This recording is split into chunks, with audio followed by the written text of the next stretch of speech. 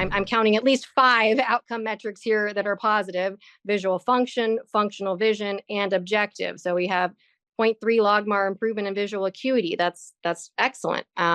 We have FST improvements, and we're working with the FDA to kind of move that FST maybe closer to a finish line and potentially eventually becoming a pivotal outcome. We'll see, but FST improvements in 1.5, 15 decibels, that's excellent. That's huge improvements. It's always nice to see pupillometry, because as we heard, that is an objective measurement that's able to kind of show an efficacy signal without any patient response, no subjective patient response. So we see this kind of confirmatory excellent data with pupillometry.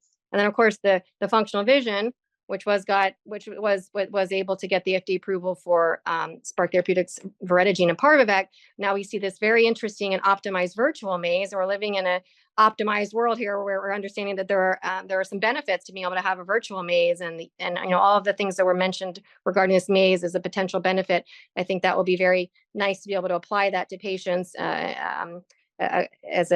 being able to cover a larger spectrum of disease without a ceiling or a floor effect, and automated, all of the things we heard about, digital, virtual, immediate response on rather than wait for a reading center. So I think that, and then of course safety. Let's not forget about that. As a surgeon and the one, seeing inflammation in previous trials, we didn't hear about the inflammatory profile looks excellent. The surgical profile looks excellent. So I'm very optimistic and very excited to hear about a platform that is showing at this point excellent safety data, which is important. We don't want to neglect thinking and talking to our patients about safety, as well as multiple outcome metrics that are showing efficacy.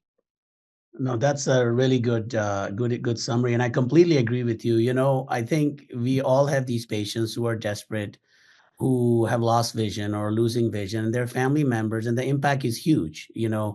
Multiple patients I have, my practice is broad retinal practice, so I do see IRDs at time. And what I see the impact of the disease on the patients, but also on their family members. And I think giving them hope and sharing this positive data set with them, and then the excitement building up for different IRDs, I think this is a very important moment in our field to have this data set to keep moving this program forward.